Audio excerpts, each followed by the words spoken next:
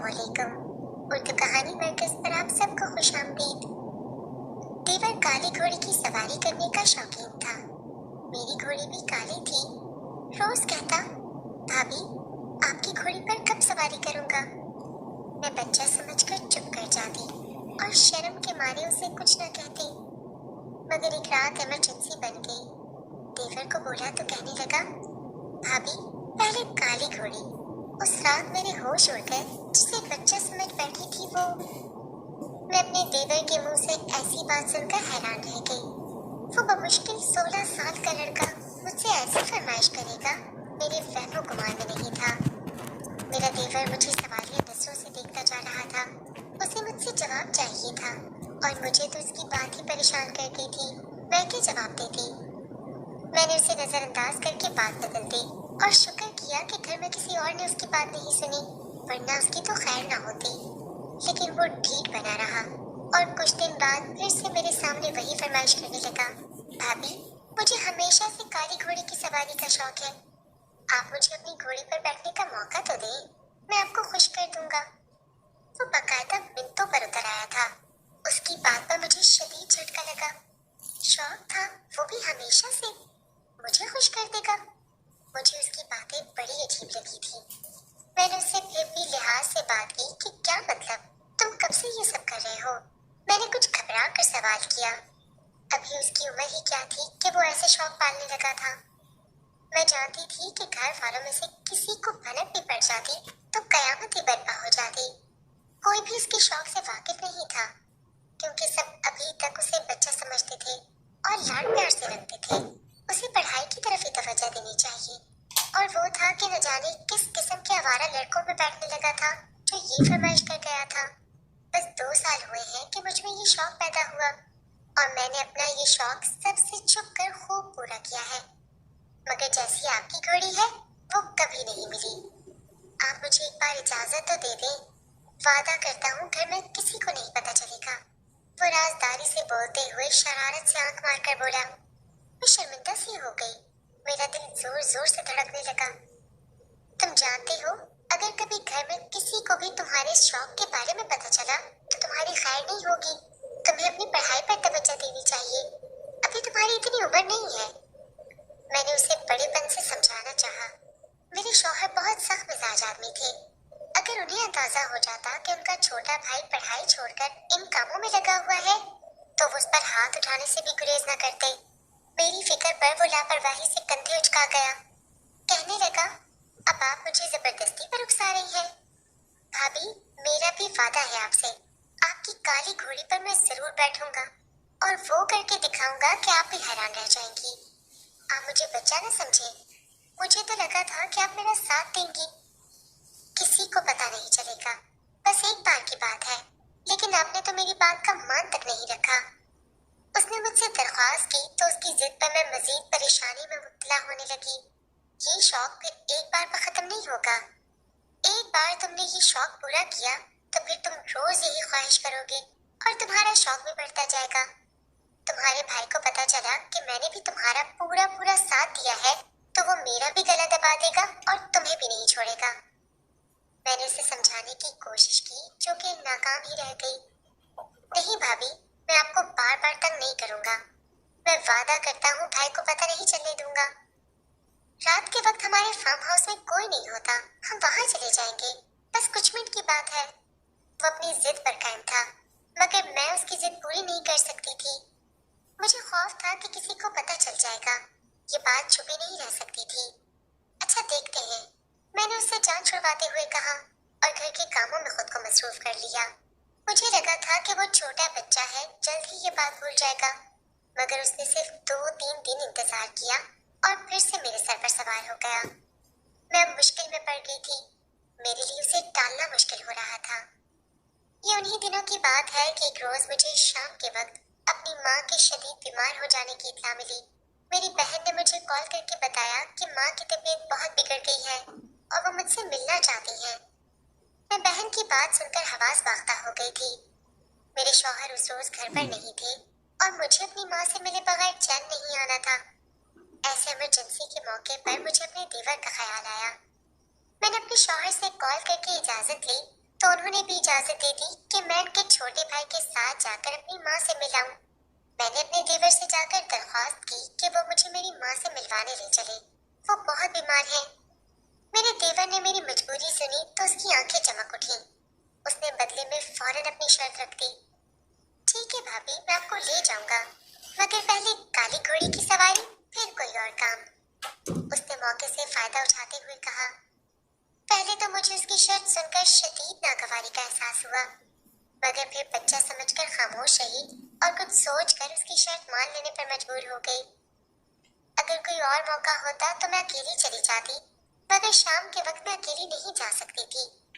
अगर अब अकेली चली भी जाती तो मेरे शौहर बाद में गुस्सा करते और मेरा भी ना जाना भी मुमकिन नहीं था।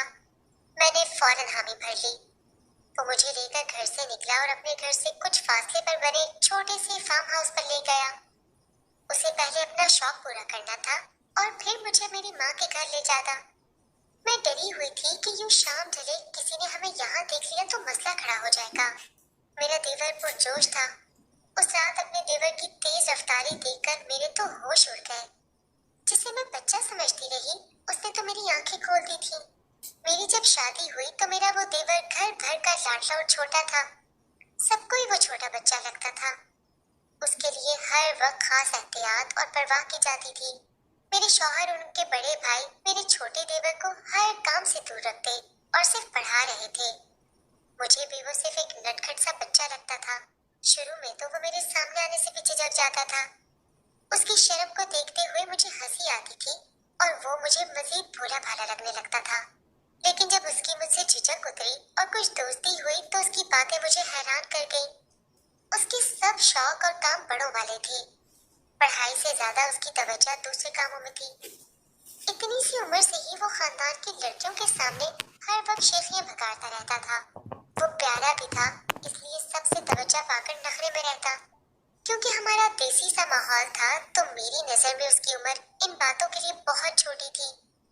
इस उम्र में ही उसका लड़कियों के सामने बन संवर कर रहना और लड़कियों का उसे पसंदीदगी की निगाह से देखना मुझे अजीब लगता था। फिर मुझे किस्से सुनाता कि देख ले, आपके देवर को अभी से लड़कियां लाइन कराती हैं। वो अपने कॉलर खड़े करके इतराते हुए कहता। मैं भी उसकी बात पर हंस पड़ती। असल में मेरे सास ससुर थे नहीं। 2 साल पहले ही उनका बस के हाथ से इंतकाल हो चुका था।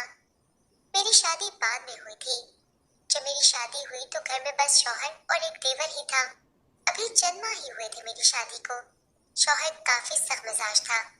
जब तक मेरे शौहर घर पर होता तो मेरे साथ साथ मेरे देवर का भी सांस रुका रहता। जैसे ही वो काम से जाता तो देवर मेरे सर पर सवार हो जाता। कभी स्कूल की, कभी खानदान की, तो कभी अपने शौक की। उसके पास बातों का जखीरा होता था। मैं भी उसकी सुनती रहती कि बच्चा है, वो भी बिन माँ बाप का।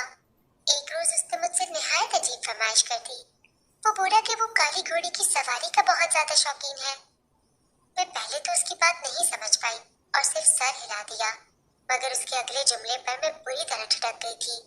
वो मेरे सर हिलाने पर बोला, भाभी, आपकी घोड़ी भी तो काली है, कभी मुझे उसकी सवारी का मौका दे। मैंने उसे कोई जवाब नहीं दिया और ऐसे जाहिर किया जैसे सुना ही ना हो।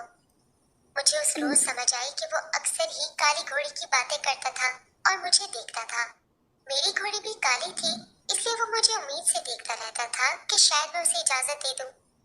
मैं तब तो उसकी बात नजरअंदाज कर गई और बात बदल दी। मैं नहीं चाहती थी कि उसका शौक घर के किसी और फर्द के कानों में पड़े। मुझे खौफ था कि सब ये न समझ बैठे कि काली घोड़ी की तरफ उसकी तवज्जो मैंने दिलाई है। मुझे यकीन था कि मेरे सख्त मिजाज शौहर को मुझ पर शक होता तो वो मुझे मार डालते कि मैं उनके छोटे भाई को बिगाड़ रही हूँ। मुझे लगा कि मेरा देवर मेरा जवाब ना पाकर खामोश हो जाएगा और दोबारा मुझसे ऐसी बात नहीं करेगा। मगर वो काली घोड़ी की सवारी का बहुत ज्यादा शौकीन निकला था। जब मौका मिलता मुझसे मिन्नतें करने लगता। मैं उसे बच्चा समझकर मुस्कुरा कर टाल देती। कुछ दिन मजीद गुजर गए तो वो जिद पर उतर आया। दिन रात मेरे गिर्द चक्कर लगाता और मेरी काली घोड़ी की सवारी के लिए इजाजत तलब करता रहता। मैं उसे टाल टाल कर और बहाने बना बना कर थक गई थी, क्योंकि मेरी वो काली घोड़ी बहुत नखरीली और बदतमीज थी। अपने ऊपर बैठने वाले शख्स को पल में नीचे गिरा देती थी। मुझे ये डर लगा रहता था कि अगर देवर को चोट आ गई तो मेरी शामत पक्की है, मगर वो मुझसे जिद कर करके नहीं थक रहा था। पहले मैंने सोचा कि मैं अपने शौहर को इसका बताऊं ताकि वो खुद अपने भाई को संभाल ले, लेकिन फिर मैं झिझक सी गई। अगर मेरा देवर मुकर जाता तो पूरा घर मुझे बुरा भला कहता। मैं इसी वजह से किसी को बता भी नहीं सकती थी। मैंने अपने देवर के सामने जाना ही छोड़ दिया। उसका शौक वक्त के साथ साथ बढ़ता ही चला जा रहा था। उसकी जिद बढ़ती ही देखकर मैं घबराने लगी थी। फिर जिस रोज मेरी माँ की तबीयत अचानक बिगड़ने पर मुझे उसी देवर की जरूरत पड़ी, तो उसने मौके से फायदा उठाकर मुझसे अपनी जिद मनवा ली। You hanging out. Don't let a smoke break disrupt your vibe. मुझे लगा था वो बच्चा है और सवारी नहीं कर पाएगा, जल्दी थक जाएगा, मगर मेरा ख्याल उसने फार्म हाउस में जाकर गलत साबित कर दिया था। वो बज़ाहिर छोटा बच्चा निहायत तेज निकला था। अपना शौक पूरा करके जब वो लौटा तो पसीने से तर था और चेहरा जोश की सुर्खी में डूबा हुआ था। शुक्रिया भाभी, मुझे बहुत मजा आया। वो तशक्कुर से मुझे देखकर बोला और मैं इतनी गुंग थी कि उसे जवाब भी न दे पाई। वो आगे बढ़ा तो मैं भी खामोशी से उसके पीछे चल पड़ी। वो रास्ते में भी मुझसे मेरी उसी घोड़ी की बातें करता रहा और फिर बोला कि आपने ठीक कहा था भाभी, आज मुझे इतना मजा आया कि अब दिल चाह रहा है रोजाना अपना शौक पूरा करूं। आप भाई को मत बताना तो मैं अक्सर अपना शौक पूरा करता रहूंगा। आप मेरा साथ देंगी ना? वो अचानक बोलते हुए मुझसे वादा लेने लगा। मैंने सर हिला दिया। अब मैं मुतमईन थी। उसे देख चुकी थी कि जितना वो माहिर था कोई नुकसान नहीं कर सकता था।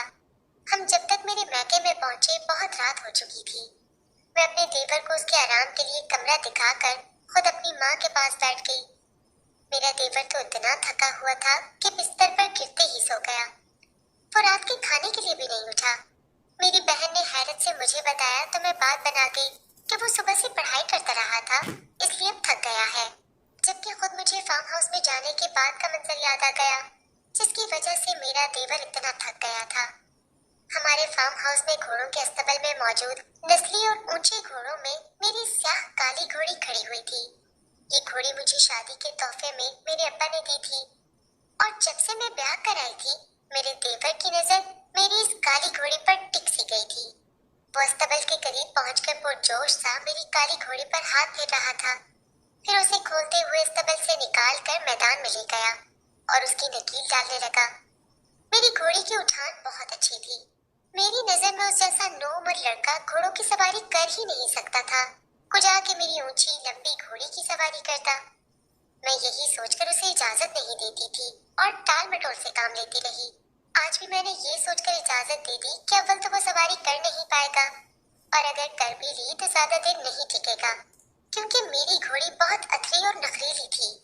वो कम ही किसी को अपनी सवारी करने देती थी, मगर मेरे देवर ने निहायत महारत से उस पर सवार होकर उसे संभाल लिया था और किसी माहिर घुड़सवार की तरह वो उसकी सवारी किए उस मैदान में गोल गोल चक्कर काटता घोड़ी को भगाकर धूल उड़ा रहा था। मैं हैरत ज़दा सी उसे देख रही थी। मुझे यकीन नहीं आ रहा था कि वो इतना छोटा बच्चा इतना माहिर घुड़सवार था।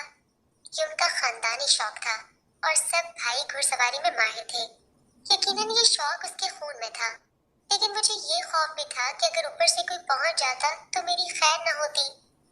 रात के वक्त में उनके छोटे भाई को यहाँ लाकर घुड़सवारी करवा रही थी और इस बात पर मेरी अच्छी खासी क्लास लग सकती थी।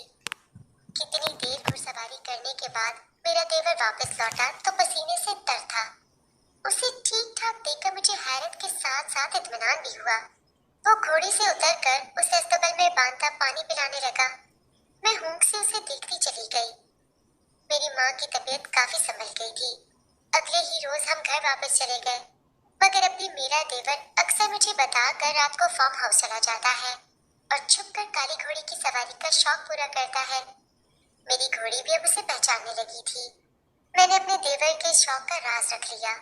जब वो जवान होता तो वैसे भी उसे इजाजत मिल ही जाती। कभी कभी हम बच्चा समझकर बच्चों की ख्वाहिशात को दबाने की कोशिश करते हैं, उन्हें सराहते नहीं हैं, लेकिन अगर उनके शौक को सराहें तो शायद वो और भी कामयाब हो जाए।